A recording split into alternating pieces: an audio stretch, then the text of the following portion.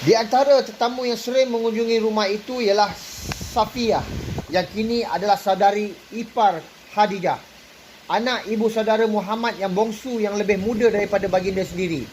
Safiyah selalu datang bersama anak kecilnya, Zubair, yang dinamakan sepena abangnya. Dengan demikian, Zubair mengenali sepupunya, iaitu para puteri Muhammad.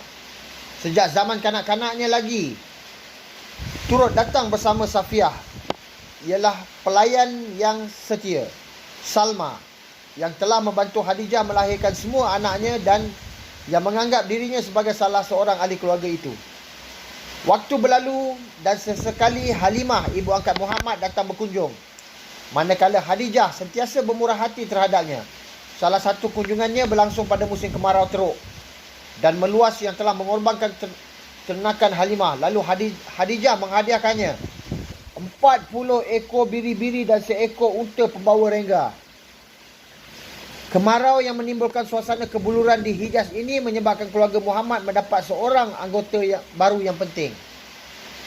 Abu Talib memiliki lebih banyak anak daripada yang mampu ditanggungnya. Kebuluran menambahkan lagi kebebanannya.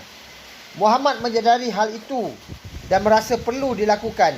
Di kalangan bapa saudaranya, Abu Lahab adalah yang paling kaya, tetapi dia agak mengasingkan diri daripada keluarga yang lain. Antara sebabnya ialah dia tidak mempunyai saudara atau saudari kandung seibu di kalangan mereka. Abu Lahab adalah anak tunggal bagi ibunya. Muhammad lebih cenderung untuk meminta bantuan Abbas yang mampu untuk mengeluarkan bantuan, memandangkan dia saudagar yang berjaya. Selain dia lebih rapat dengan Muhammad kerana mereka berdua telah dibesarkan bersama.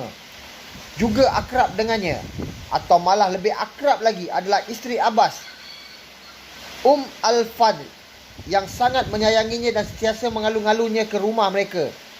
Baginda lalu pergi menemui mereka dan mencadangkan agar kedua-dua keluarga mereka mengambil tanggungjawab menjaga salah seorang anak Abu Talib, sehingga keadaannya bertambah baik.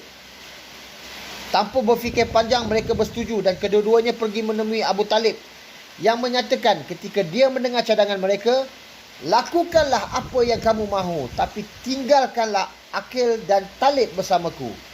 Ja'far kini berusia sekitar 15 tahun dan dia bukan lagi anak paling muda dalam keluarga.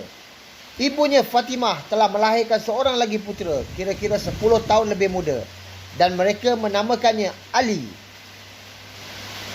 Abbas mengatakan dia akan menjaga Ja'far, lalu Muhammad bersetuju untuk melakukan hal sama untuk Ali. Pada masa inilah Khadijah melahirkan anaknya yang terakhir, seorang putera yang dinamakan Abdullah. Namun bayi itu telah meninggal dunia pada usia lebih muda daripada Qasim. Dari satu segi, Abdullah